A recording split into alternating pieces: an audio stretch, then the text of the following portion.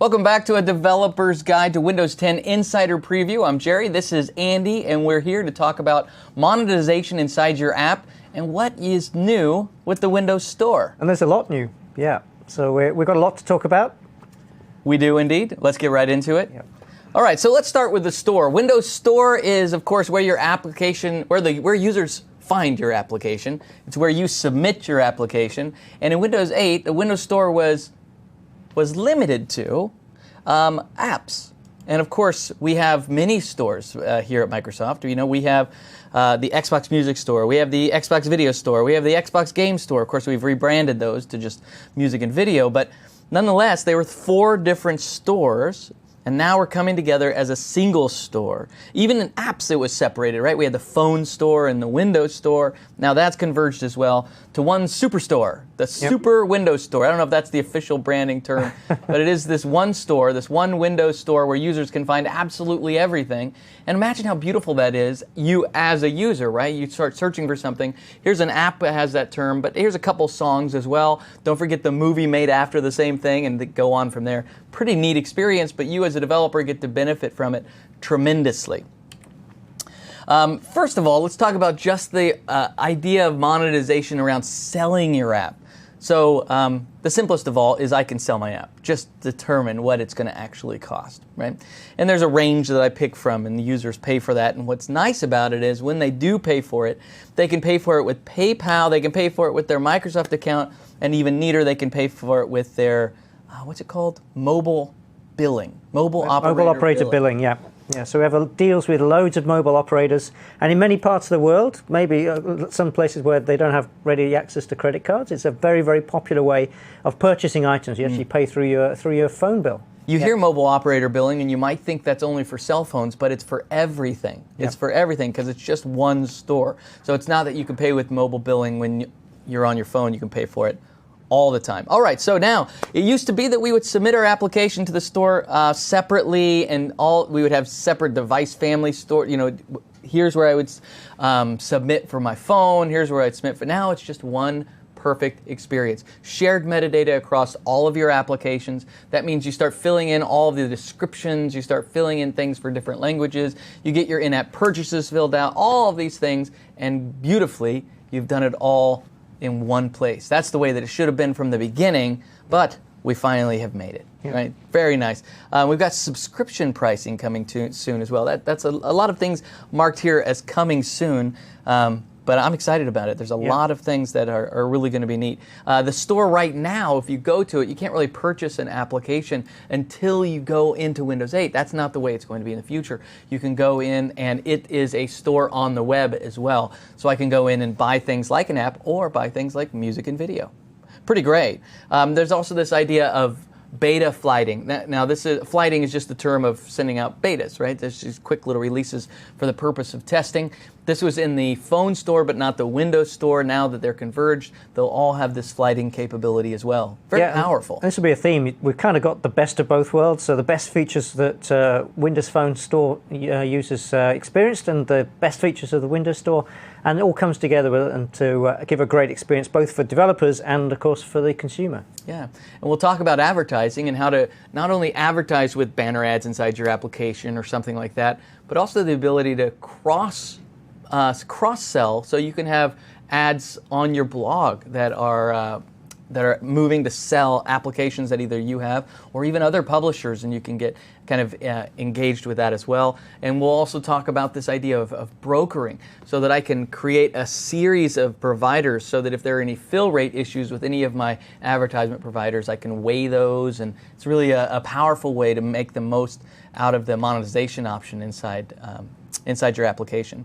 Another thing we have is this idea of house ads. Of course, this is nothing new. If you're an advertisement, you know that house ads are your own advertisements, that if you do have a fill rate problem, or if it's not a fill rate problem, then it is just, you want to cycle in a few of your own advertisements as well. And so our new advertising SDK kind of has that as well. Okay, let's look at some of the side-by-side comparisons to see where the store has come. We can look all the way back to Windows Phone 8.1. So not all, I say all the way back, wasn't that long ago. Yeah. Was it last build? Yeah, about a year ago. Yeah, that's right. Yeah. Yeah, so as you can see, that kind of backs up what I was saying about you getting the best of both worlds here. So looking across the different platforms, you really, the experience with 10 is extends what we had before and brings the best of both. So things like differential download update, that's a really cool feature where only the bits that have changed in an app package will get downloaded to the end user.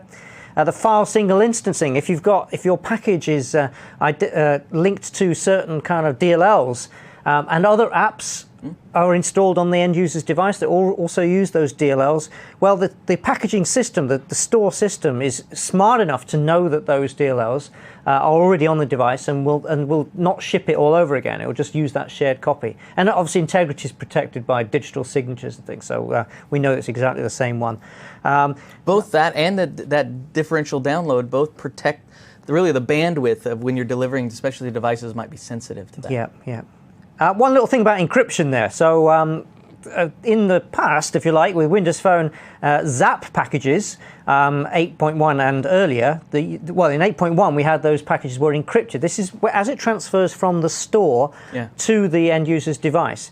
They're not encrypted for Windows 8.0, 8.1, or indeed on Windows Phone 8.1 or Windows 8.1 using the App Edge packaging system. Part of the reason for that is because actually when you install it onto an end user Windows device, you can actually get at the file. So we always advise you to use obfuscation to make sure that people couldn't decompile your app code and get at your code and steal your ideas.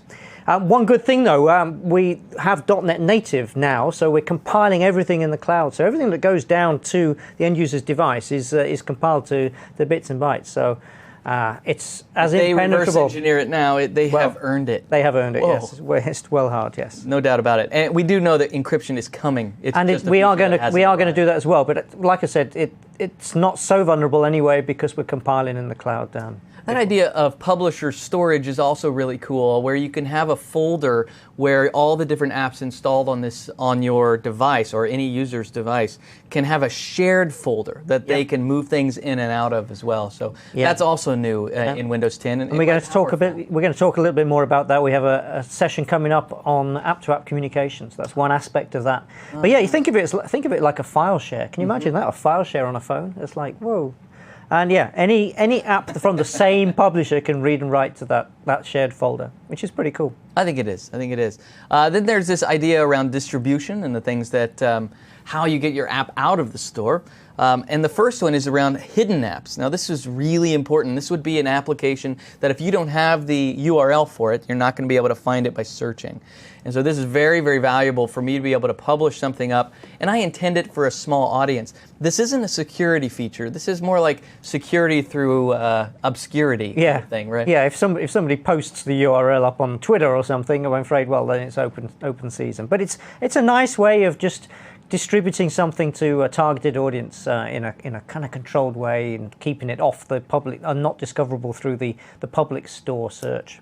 And if I create a price for my application, that price makes sense for where I am, but maybe in other markets it's actually a little too low or a little too high. And so I can create a pricing schedule that is specific to every market. And that's really what I want to be able to do. And thanks to the Windows 10 store, we know that we can as well. Earlier we talked about this idea of flighting and betas, where I can put my application into the store.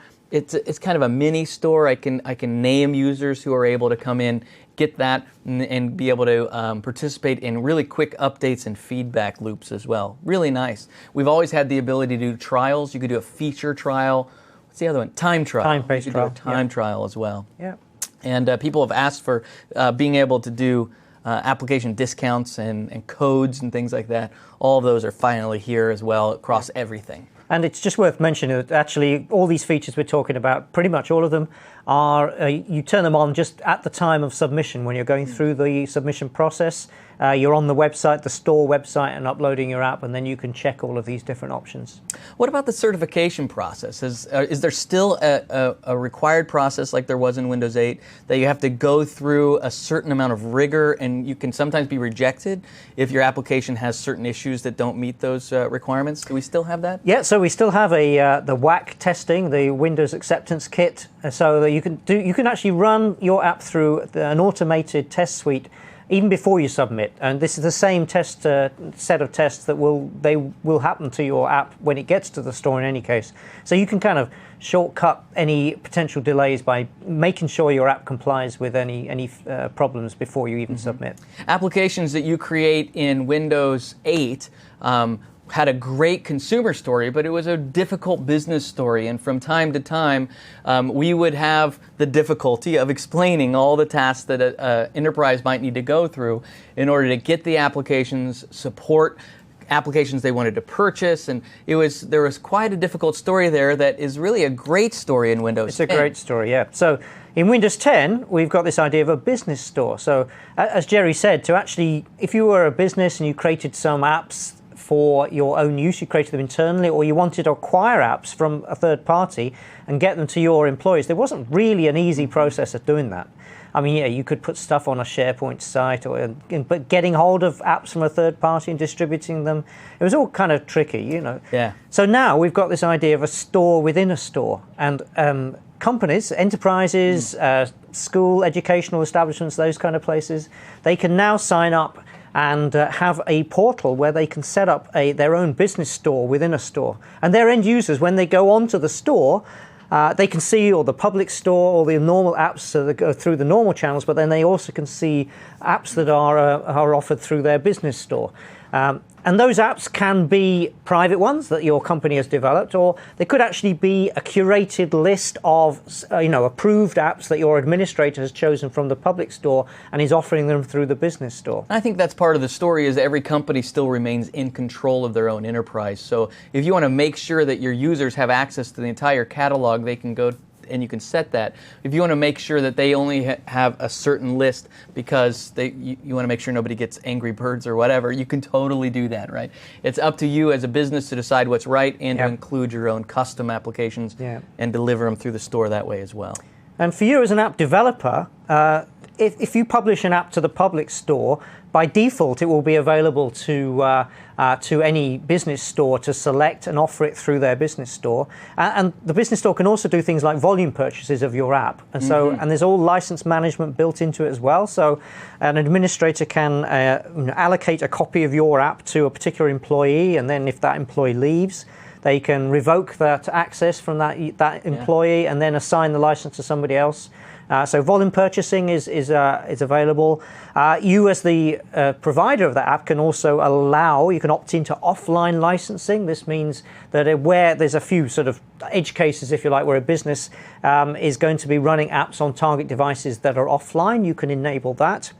And there's a way for an app developer, publisher to publish applications privately to specific businesses. So this is obviously going to be really interesting to ISVs.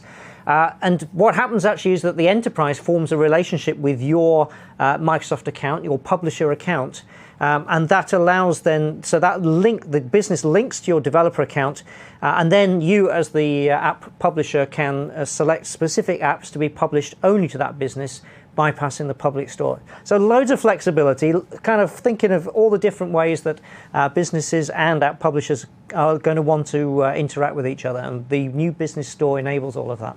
So a great story for businesses and a great story for developers inside the store. Now let's turn towards Microsoft advertising. Another way to monetize your application is to advertise your app and to have advertising in your app. So let's start with the idea of purchasing. We talked about the different trials, but then we have this idea of advertising. We know that we can have banner advertisements. Those certainly aren't new.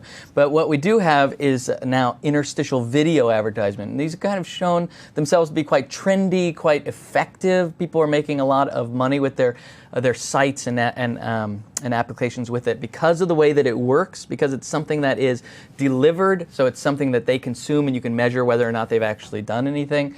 You can even use that to reward reward them. If you watch this video, then sort of thing. And we also have the advertising broker, which is very important because it allows us to take a lot of different advertising providers and to make sure that your fill rate goes higher based on the fact that it can fall through to other providers if any of them have a fill issue. So that's really great. I've seen some numbers on Microsoft Advertising and how much more apps are making this year than they were last year. I mean, it's gigantic around growth. We also have this idea of in-app purchases, and we'll talk about that here in just a second, but there's two types of in-app purchases. There are consumables and durables. Consumables are the ones that let's see, what would be, are coins consumables or a durable? Durable is something that once you've purchased it, like access to... Level 4. Yeah, so like once you've purchased it, you have access to it forever. That's right. Consumables, they're kind of tokens, so you use them up over time, and then when they're exhausted, you have to purchase kind of currency more. inside your application, Effectively. Yep, and soon it'll be subscriptions as well. All of these things are kind of driving it. So let's talk about advertising. Just before we do, I just want to say, those three categories, actually, it's worth... If you look at statistical analysis of the way people are making money, in general terms, and of course this varies from app to app and depends on your situation and market and stuff. Exactly. But in general terms, people who are making money out of apps, only 10% of that is through actual direct purchase of apps. Yeah. 40% or so through advertising, and then 50% or so is in-app purchases. The heads away leader in terms of the effective ways that people are making money out of apps. I saw for Xbox games. I saw I think it was Call of Duty. The millions of that they make by selling the game, but in-app purchases, they call it downloadable content. It's off the chart. It dwarfs it. It's incredible. It's incredible. All right, advertising your app. So this is the ability to promote your application. You can do this, you can auto-target or you can manually target based on the gender, age, and location. And you can have all kinds of campaign analysis. So you can pay for things, right? You would have a campaign to see how well this effort went in order to do it. Or you can have it so you can cross-promote for free, right? This is cross-promoting, and you're trading with other people or inside your own set of properties, whichever you have. A couple of features that are on their way are the ability to use third-party analytics, expanding some of those targeting metrics that you can use, and an increased budget. I think right now the budget is a $500 maximum, and it's going to be raised up, I think, to $10,000, so that you can finally start participating, Andy. I know you've been waiting. I have been waiting. For $10,000 cap. That $500 is cramping your style. It'll be worth my while. We're also introducing affiliates. So an affiliate is... now you get to sell things that aren't yours, right? That's the idea. And so one of the things you get to sell are apps, games, movies, and everything that's in the store. And when you do, you receive a commission, as well as you can advertise and then track the advertisement that you're doing as well to see whether or not that was purchased. Each one has a different set of metrics to follow as well, with a nice, simple, fast payment. So you get everything in one place. It's one store, so you get paid back in one check, so to speak. And you can also use some of your earnings to pay for some of the costs as well, and so you can do everything sort of internally without moving money around all the time and kind of losing a little bit of what you may have as well. So the store payout activity is centralized, as I said, and with much lower thresholds. So this is the amount that you need to make in a month before you get paid out. And so I just got paid out for one of my apps. Great. I made this app, and I made it as a demo, and I wanted to show how to get it in the store. And I was so embarrassed that I put a price on it, $10. I just got a $200 check. Isn't that ridiculous? These people are crazy. I mean, it does exactly what it's supposed to do. You want your money back? Email Jerry. Yeah. Just email. I'd be happy to pay you back. And but this lower threshold, I didn't get a check until it hit that $200 threshold. Yep. That threshold now has been lowered. And I'm not quite sure what the new thresholds are going to be. To be honest, they didn't tell us. So that's where we are right now. Okay, how do we include advertising inside your application? You do this with the Microsoft Advertising SDK. It's not as simple as just a reference. This isn't an extension. Well, it is an extension, sorry. But it's not an extension that ships with Visual Studio. This is an installer that you go and you get from the gallery, at least right now. Who knows how it'll finally end up. There are a handful of banner ads that you might get, and this is just the beginning of the size that you want. Each one sort of mapping to the type of application that you would have. And And I'm sure this is now that, and I'm sure that now when we see this, it's going to be rebranded to not Windows Phone Windows, but it's going to be to mobile desktop and the different options that are available there as well. Anyway, you pick what's right for you. Obviously, we've seen applications that just do this in a really great way, and we've seen applications that are not role models. They have done it they've picked the ones that just really aren't terrific. All right, so we have this new ad mediation, and so what's great about it is it maximizes your fill rate. If you don't fill, just means you're showing an advertisement, and if you don't show the advertisement, then you can't get paid. So that's what's great about it for sure. This video interstitial is a little bit different. The word interstitial just means in between, and what it's meant to do is, well, you know how sometimes you go in to read a blog, Andy, and right before you get to see the article, like you read the summary, you click to read more. Right before you get to read more, you get to see whatever this advertisement is. Yep. That's the idea of there's sort of a natural break in whatever the user is doing. You don't interrupt them and say, oh, here's something for that. No. It's while they're doing something, you just put something in between. That's the interstitial. And video interstitials have turned out to be really popular. They're really easy for us to implement, and I'll show you that here in just a second. It's already available now for Windows 10, so as quickly as the store opens, you'll be able to submit an application that utilizes these, and the ability to add these to your Windows and Phone 8.1 are coming very soon. So I've got a demo here that let me walk through adding a video interstitial. We'll start here in Visual Studio. And I've got just a blank application. So this blank application, remember it's using our template 10 blank.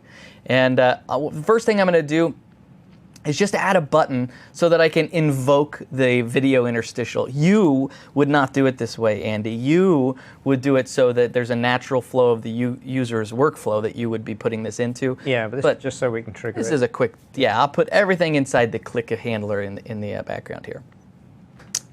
All right, so here I am. This is all going to be event-based, and I'll show you here in just a second. Remember, I have to add the advertising SDK to my project. I've already installed it. That's the reason it showed up in the list of extensions. And so now let's implement some of this in the button click here. Right, so the first thing is just to get the video interstitial. And so I'll new this up as just into an ad. I'll say Microsoft.advertising.winrt.ui.interstitial ad, because you get paid by the dot, I think, on that one. That is pretty. Yeah. All right, remember, this is events-based. So I'm going to create a quick anonymous method here just to handle error occurred. This means that I've shown the video, and maybe I'm saying you can continue to the next level, but you can't continue until you've watched the video. But if an error occurs, I don't want to punish you because there's something wrong with the service, right? So there's also canceled. So this means that the user has stopped the video. So I'm saying you get some sort of reward, but if you cancel in the middle, this is the way I would detect that, and I wouldn't give you the reward as a result, right? So this means you didn't watch the video. There's another event to handle. In fact, there are two more. The next one is the completed. So this is the happy path, right? This is saying the user, not only did they see the video, they completed it and there was no error or anything. So if you're promising them level 4, then they can move on to level 4 or whatever it is. And so again, I'm just putting comments in there, nothing to do, but I would, in my application, actually invoke something. And so the last thing is ad ready. So we need to load up this video so we can show it right away. So this is saying that the ad is ready to be shown. So I would fetch this earlier and do it right here. So here's when I show it, but that means I don't wait for it to download. That means it's already downloaded and ready to show. I'm going to paste in my app ID and my unit ID. Every advertisement SDK for every advertising company does it the same way, right? They all have these two pieces. So I'll say I'm going to request the ad, and what type is it going to be? It's a video, and then I'm going to pass in my app ID and my unit ID. Unit ID. Yeah. Yeah, so when I click the button, it'll immediately request the ad. And then let me put some breakpoints here, and we can see which events occur in what order. And so obviously clicking the button will cause it to request the advertisement. So the first thing I'll do here is, I don't even need to do this probably, but I'll just disable the button to make sure I don't try and request it 2 times. So I've defaulted to ARM, so I'm going to switch over to x86, and let's run this locally, and we'll see the button. Now that I'm thinking about it, this button is going to be covered by some text, but it's all right. All right, so here's my application. Let's let it load. All right, so it's right there behind the text, but I can still click it. It's a beautiful Beautiful UI. Thank you, thank you. So, see, my ad ready has already fired, so that means it's downloaded the initial content, and I can immediately show it. So I hit F5 there, and you can see it's just a video for Xbox that's showing here. This is one of the defaults, but look in the bottom left corner. That's a countdown timer of how much you have left in order to see. You go 3, 2, 1, and it goes to 0. And now a new event is raised, and this time it's the completed event. And from this point forward, my application can take over and reward the user for watching that video, because now I'm also rewarded by my ad company, for showing that video as well. It's pretty simple. Yeah, it's good. Simple implementation, and obviously you would flex it to be whatever type of application you have. So these interstitials, it's a very trendy and very nice approach. It's clean. Users tend to like it more than banners, I think just because they're interesting, to be honest. Okay, some considerations around this type of advertising is to make sure that you think about it in the design phase. I don't know how many times I've seen an application that has added, even around banners, they've put a banner in their application, clearly they just jammed it in, right? They have this beautiful app, and then it's not sized properly to accommodate a banner, but they wanted to monetize with ads. So do it in the design phase. Show video ads only during these natural breaks. Okay, you're in between level 3 and 4. Level 4 is locked. You need to watch a video. You're about to save. If you want to save, then you have to watch a video. Whatever it is that might be natural, but you don't interrupt them by any state. Associate it to an upside, some sort of reward. That's sort of a new idea. I certainly never did that with banner ads. It's a neat and great idea. And I guess the real key thing here is just not to really irritate your users.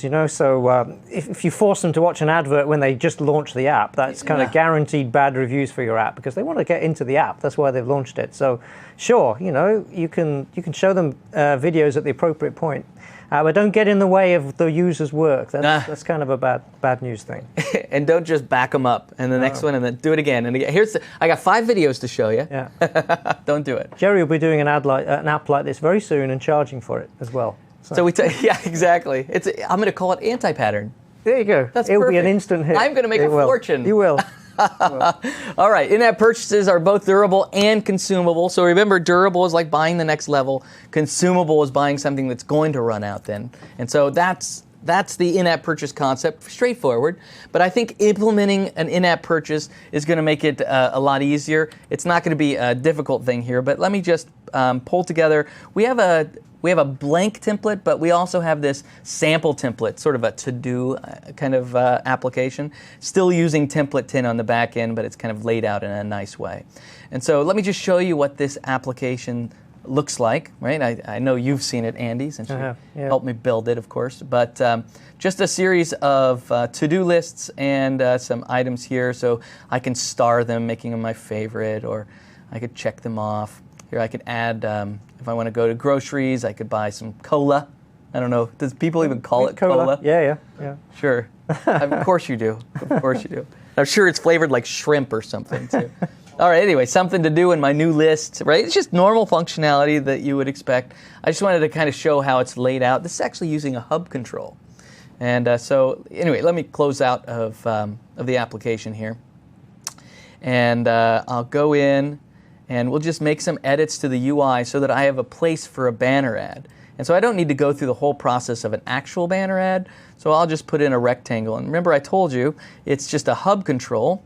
So here's that hub control, and of course it has a hub section. So I'll add a brand new hub section just right in front of it, just for the advertisement. So a hub control requires a data template, and inside this data template, we'll just put in a rectangle that's 400 high and 150 wide. So this might represent what you would put in as an advertisement. In fact, let me just go ahead and show you what it looks like. I'll run it right now. It'll drop it right in at the front of the UI. So just imagine, some sort of Halo game advertisement shows up there or something like that. All right, beautiful. All right, so that's it. And so what's the in-app purchase? The in-app purchase is going to be our ability to get rid of that advertisement. And so I have my buttons at the top. I'm going to copy it and change it to a remove ads. And so I will bind this to a remove ads command, which of course does not exist. I'll show you where that button ends up, though. See up at the top, I've got that little shopping basket. click that, nothing happens now because it doesn't exist. But if so we need to program that command. we're going to wire up a quick view command. model. Yeah. So this is the main page view model. So this is everything that's the logic behind the main page. And so I'll just add a quick, I have a snippet that creates iNotify property change. And so I'll create a property here, the show ads, and that'll just determine whether or not the ad is supposed to be shown. And then I have another snippet for a command because I create so many. And so a command, this is what it's actually going to do. So when they click it, the to-do, whatever's inside this anonymous method is going to run. So the first thing I'll do, though, is I want to use that show ads. And the way I'll do that is, that is a Boolean. Let me think here. So I have I'm going to bind it. I just rebuilt, right? So I'm able to see the variable. And so the data context, I'm looking for the show ad. There it is. So this is show ads, and it'll yes or no to visibility. Of course, we know that's just not correct, right? We can't set visibility to a Boolean. We need to do a conversion of that. So just really quickly, I'm going to build an I convertible, and an I value converter. And so I've got value converter right here. And let me reference this handy one that we have in template 10 called value when converter. And so the first thing you determine is what value are you receiving. So when I get a Boolean so remember it's show ads is true or false. So when it's true, I am going to make it visible. So that's, show ads is yes, so I make it visible. Otherwise, what am I going to pass in? I'm going to pass in collapsed. So that'll just toggle between visible and collapsed based on whether or not show ads is true. And I'll make this reference to this converter using the visible when true. So obviously I would do this somewhere other than right next to it on a normal page. I wouldn't do it, but for a demo I will. So the first thing that happens is I'm going to set show ads. So this is no in-app purchases occurring yet. I'm just testing the functionality. Wait a minute, something is backwards. The default value for show ads is going to be false. I'm going to set it to true. So it does show the ad. That's why it didn't show up, sorry. All right, so I'll run it again. So there's our red advertisement. And if I go over and click shop, it removes it. All right, so we've got the basic functionality. Now let's turn it into an in-app purchase. So an in-app purchase, I am going to create a service here. So there's the logic for an in-app purchase is big, right? To really do it in a robust way. So I'm going to create the in-app purchase service. And I have the code for the in-app purchase service here in my clipboard. So I'll paste it in, and we'll include this on all the code that we have. And it's akams/template10 is how you get to all the demos that we're doing for this MVA as well. All right, so there it is, all set up. I'm back inside my view model, and I will make an instance of that service so I can make it's the helper, isn't it? So I can make a difference. All right, so here I've got it. I'm ready to go. And what it needs is, what's the name of this feature? Or what's the name of this in-app purchase? So this is ad-free, and that's going to match the in-app purchase I set up in the store, which I don't need to do because this is only in the debugger. So I'll set it up, and then I will actually call service. Those are all the lines that I really need. I'll make this an async method. And when I do, it uses a simulator, so it doesn't talk to the actual store. All right, so this is what the simulator pops up for me. I determine what the result is going to be. So in this case, I'm going to return just OK, and as soon as I do, it takes it away. Now, the service is built so that once this is not in debug mode, it'll reach out to the real store and have the user fulfill the entire payment, and that's where we can use mobile operator billing and things like that as well. But you can see it's as simple as just saying setup and then .purchase. It returns true or false that I set into show ads, and so I just reverse it, right? So if it returns true because they did it successfully, then obviously I reverse that to don't show ads anymore. Cool. Just like that, it gives them the option to cancel the purchase as well, if in case they click that little shopping button. And that in-app purchase simulator is part of the API set. It's something that comes with all the tools you get. Yep, that's exactly right. Okay, so that's the in-app purchase. Here's the code that you can kind of feel what it would have been like. So see, I've wrapped it in a conditional compilation here. Remember, I only want to see this while I'm debugging. So while I'm debugging, I use the current app simulator. Of course, when I'm not debugging, it's actually just current app dot. and then I get the license information, and the license information for something specific like ad-free.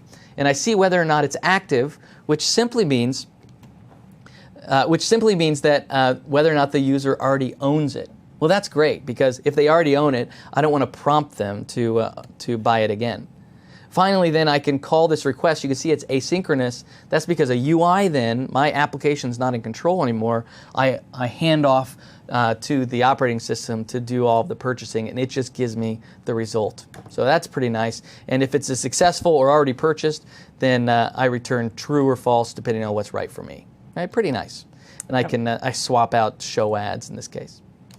So that's the basic implementation of in-app purchases. And of course, there's tons of samples. That hasn't changed since Windows 8. No, and the samples and everything, all the walkthroughs that you can find online for 8, they apply just the same to 10 UWP apps. That's right.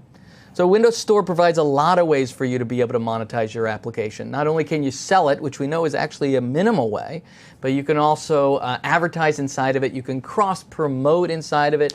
You can also be an affiliate now to make money by selling other things.